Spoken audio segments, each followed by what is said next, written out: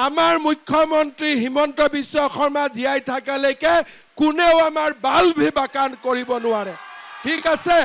আপোনালোকে সকলোকে ক'ব যে হিমন্ত বিশ্ব শৰ্মা আছে আমাৰ কোনো চিন্তা নাই আমি আৰামত শুই থাকিম কিবা হলে হিমন্ত বিশ্ব শৰ্মা সামনত আহিব আমি কাৰো কাৰণে চিন্তা নকৰো মামা আছে মানে আমি আছো ডাইৰেক্ট কথা ঠিক কথা কৈছো না নাই মই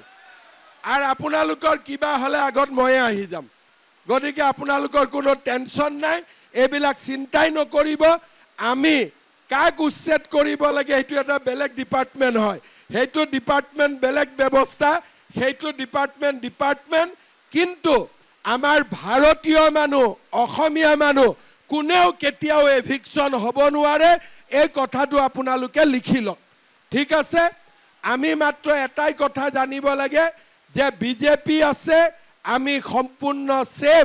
সেফ নহয় সমান অধিকাৰো পাম কোনো সেকেন্ড ক্লাস সিটিজেন নহয় সকলো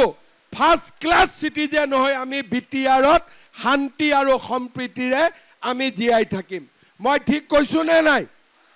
ঠিকে কৈছো আৰু আমাৰ গুৰখা মানুহেও চিন্তা কৰিব নালাগে অসমীয়া মানুহেও চিন্তা কৰিব নালাগে বঙালী মানুহেও চিন্তা কৰিব নালাগে আমি জনজাতীয় অজনজাতীয় বড়ো সমাজ আছে আমি সকলোকে মিলা প্ৰীতি কৰি বিটিআৰক এখন শান্তিৰ খৰগলৈ আমি ৰূপান্তৰ কৰিম